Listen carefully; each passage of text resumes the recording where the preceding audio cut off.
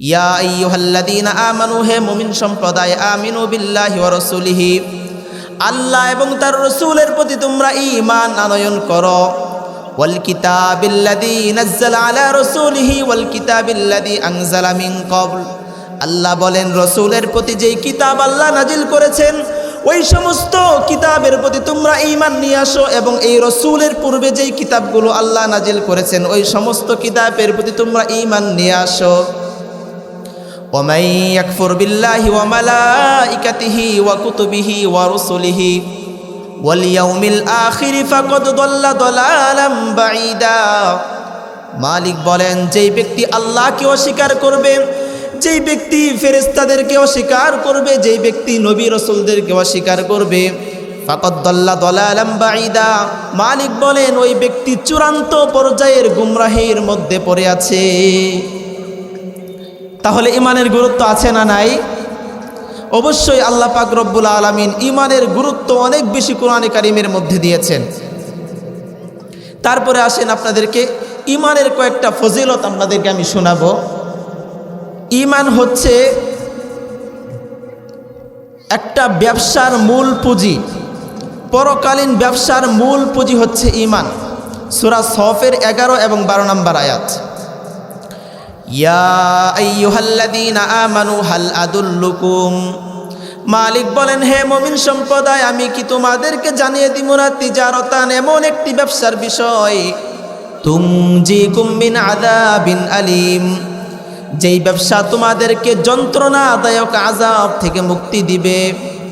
এই আয়াতের মধ্যে আল্লাহ পাক রব্বুল আলামিন আমাদেরকে এমন একটা ব্যবসার সংবাদ দিয়ে দিবেন যেই ব্যবসা মানুষকে কঠিন আযাব থেকে মুক্তি দান করবে। এক নাম্বার ব্যবসা হচ্ছে তুমিনুনা বিল্লাহি ওয়া রাসূলিহি, তোমরা আল্লাহ এবং তার রাসূলের প্রতি বিশ্বাস স্থাপন করে নাও।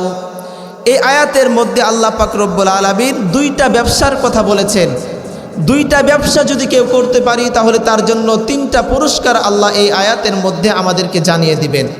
এক নাম্বার ব্যবসা হচ্ছে আল্লাহ এবং তার রাসূলের প্রতি বিশ্বাস স্থাপন করা। 2 নাম্বার ব্যবসা হচ্ছে আল্লাহর পথে নিজের জান মাল খরচ করে জিহাদ করা।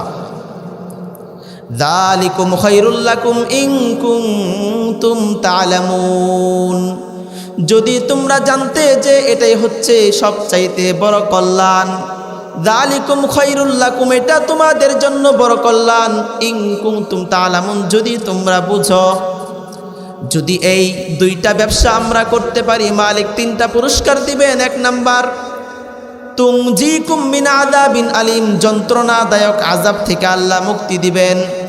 2 নাম্বার পুরস্কার ওয়ায়াগফির লাকুম যুনুবাকুম, যদি এই 2টা ব্যবসা আমরা করতে পারি মালিক বলেন তোমাদের জীবনের সমস্ত গুনাহ আল্লাহ ক্ষমা করে দিবেন।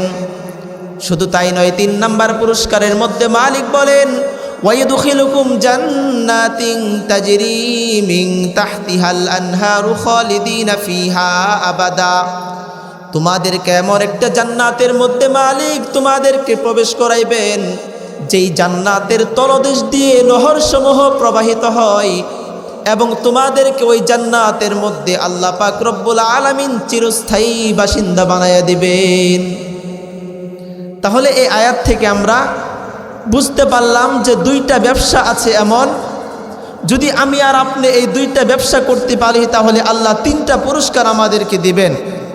1 নাম্বার পুরস্কার হচ্ছে যন্ত্রণাদায়ক আযাব থেকে আল্লাহ আমাদেরকে মুক্তি দিবেন।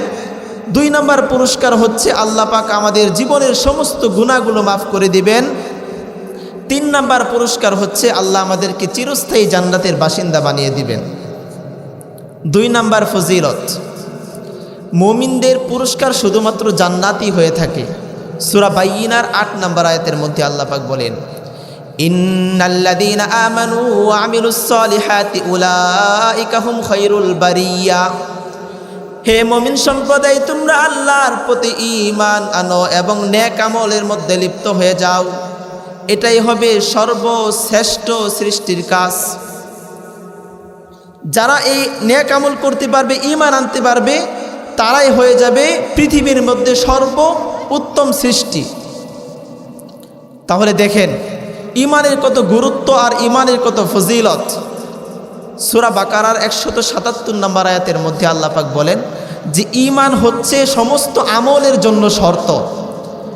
মালিক বলেন লাইসাল বিররা আন তুওয়াল্লু উজুহাকুম কিবালাল মাশরিকি ওয়াল মাগরিব।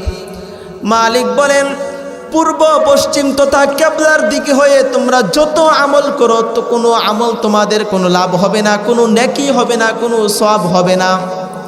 ওয়ালাকিন্নাল বিররা মান আমানা বিল্লাহি ওয়া মালাইকাতিহি ওয়া কুতুবিহি ওয়া রুসুলিহি। যেই ব্যক্তি আল্লাহ এবং তার রসুলের প্রতি বিশ্বাস স্থাপন করার পরে আল্লাহর প্রতি ইবাদত করবে, তখন তার সমস্ত ইবাদত আল্লাহ কবুল করে নেবেন। এই আয়াত থেকে বুঝতে পারলাম আগে ঈমান আনতে হবে, তারপরে নেক আমল করতে হবে। ঈমান আনার পূর্বে যদি আমরা নেক আমল করতে করতে পুরা জিন্দেগি কাটিয়ে দেই, একটা নেক আমলও তার আমলনামার মধ্যে লেখা হবে না। এই জন্য ঈমান আগে আনতে হবে, তারপরে আমাদের নেক আমল করতে হবে। এর দ্বারা বুঝে আসে আমলের চাইতে ঈমানের গুরুত্ব বেশি। আগে ঈমান আনতে হবে, তারপর নেক আমল করতে হবে। ঈমান হচ্ছে সমস্ত কল্যাণের চাবিকাঠি। সূরা আরাফের 96 নম্বর আয়াতের মধ্যে আল্লাহ পাক বলেন ওয়ালাউ আন্না আহলাল কুরা আমানু ওয়াত্তাকাউ লাফাতাহনা আলাইহিম বারাকাতিম মিনাস সামাই ওয়াল আরদ। যদি সম্প্রদায়ের লোকেরা ঈমান আনতো, তাকওয়া অবলম্বন করত, মালিক বলেন লাফাতাহনা আলাইহিম বারাকাতিম মিনাস সামাই ওয়াল আরদ, তাহলে আসমান জমিনের সমস্ত কল্যাণ সমস্ত বারাকা আমি আমার বান্দার জন্য উন্মোচন করে দিতাম। সুবহানাল্লাহ। ওয়ালাকিন কাযযাবু ফাআখাযনাহুম বিমা কানু ইয়াকসিবুন। কিন্তু তারা আল্লাহর প্রতি ঈমান আনে নাই, আল্লাহকে ভয় করে নাই। ওয়ালাকিন কাযযাবু, বরং কিছু কিছু বান্দা আল্লাহকে অস্বীকার করেছে, আল্লাহর নাশুকরিয়া করেছে। এই জন্য আল্লাহ পাক রব্বুল আলামিন ফাআখাযনাহুম বিমা কানু ইয়াকসিবুন, আল্লাহর প্রতি ঈমান না আনার কারণে, আল্লাহর প্রতি নাশুকরিয়া হওয়ার কারণে তাদেরকে আমি আল্লাহ পাকড়াও করেছি। এই জন্য সমস্ত নেক আমলের পূর্বে ঈমান আমাদেরকে মজবুত করতে হবে। আমি আগেই বলেছি, নবী বলেছেন ইয়াতি আলান নাসি জামান, আমাদের মাঝে এমন একটা সময় আসবে আস-সাবিরু ফীহিম আলা দীনিহি, দিনের উপর টিকে থাকা ততটুকু কঠিন হবে যতটুকু কঠিন হয় কাল কবিজে আলাল জামরি, হাতের তালুর মধ্যে জ্বলন্ত আগুনের টুকরা রাখা তো যতটুকু কঠিন। মানুষ সুযোগে সদ্ব্যবহার করবে, সুযোগ পাবে গুনাহের মধ্যে লিপ্ত হয়ে যাবে, এমন গুনার মধ্যে লিপ্ত হয়ে যাবে যেই গুনাহ তার ঈমানের জন্য হুমকি হয়ে দাঁড়ায়। ঈমান হচ্ছে শাস্তি থেকে বাঁচার একটি উপায়। মালিক বলেন মা ইয়াফআলুল্লাহু বিআযাবিকুম ইন শাকারতুম, তোমাদেরকে আল্লাহ কি জন্য শাস্তি দিবেন, শাস্তি কেনই বা তোমাদেরকে দিবেন। ইন শাকারতুম ওয়া আমানতুম ওয়া কানাল্লাহু শাকিরান আলিমা, যদি তোমরা আল্লাহ এবং তার রসুলের প্রতি ঈমান আনো, যদি আল্লাহর প্রতি তোমরা কৃতজ্ঞ হয়ে যাও, তাহলে আল্লাহ তোমাদেরকে কেনই বা শাস্তি দিবেন। ওয়া কানাল্লাহু শাকিরান আলিমা, কারণ আল্লাহ হলেন গুণগ্রাহী এবং কৃতজ্ঞ। আল্লাহ সব কিছু জানেন, আল্লাহ গুণগ্রাহী। তোমরা যদি নেক আমল করো, তোমরা যদি আল্লাহর প্রতি ঈমান আনো, তাহলে আল্লাহ তোমাদেরকে কি জন্য শাস্তি দিবেন। আল্লাহ তো মানুষকে অযথা শাস্তি দিবেন না। আল্লাহ প্রত্যেকটা মানুষের পুঙ্খানুপুঙ্খানু হিসাব নেবেন। হিসাব নেওয়ার পর যে যে আমল করেছে, যার ঈমান যত মজবুত ছিল তার সাথে আল্লাহ মুআমালাটা তেমন করবেন। এজন্য আল্লাহ পাক রব্বুল আলামিন আমাদের সবাইকে ঈমানকে মজবুত করার তৌফিক দান করুন। সবাই বলে আমিন।